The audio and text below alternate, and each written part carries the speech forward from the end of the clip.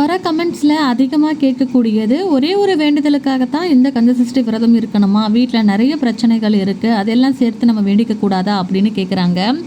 ஒன்றே ஒன்று மட்டும் ஞாபகம் வச்சுக்கோங்க, மனுஷனுக்கு எவ்வளோக்கு எவ்வளோ ஆசைகள் அதிகமாக இருக்கோ அதே அளவிற்கு துன்பங்களும் அதிகமாகத்தான் இருக்கும்.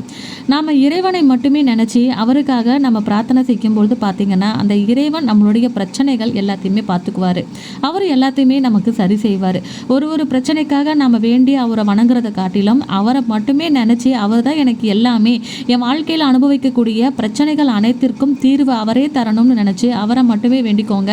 நிச்சயமாக உங்களுக்கு இருக்கக்கூடிய எல்லா பிரச்சனைகளையுமே அவர் சரி செய்வார். விரத நாட்களில் கண்டிப்பாக கண்டதையுமே யோசிக்காமல் முருகனை மட்டுமே நினச்சிக்கோங்க. என் வாழ்க்கைக்கு என்ன நல்லதோ அதை நீயே பார்த்துக்கோ, உங்ககிட்ட நான் எல்லாத்தையும் விட்டுடுறேன், உன்னை நான் சரணடைஞ்சிடுறேன், உனக்காக நான் எல்லாத்தையுமே அர்ப்பணிக்கிறேன்னு சொல்லி அவரை நம்பி வேண்டிக்கோங்க. நிச்சயமாக வாழ்க்கை மாறுங்க. கஷ்டங்களையே யோசிக்க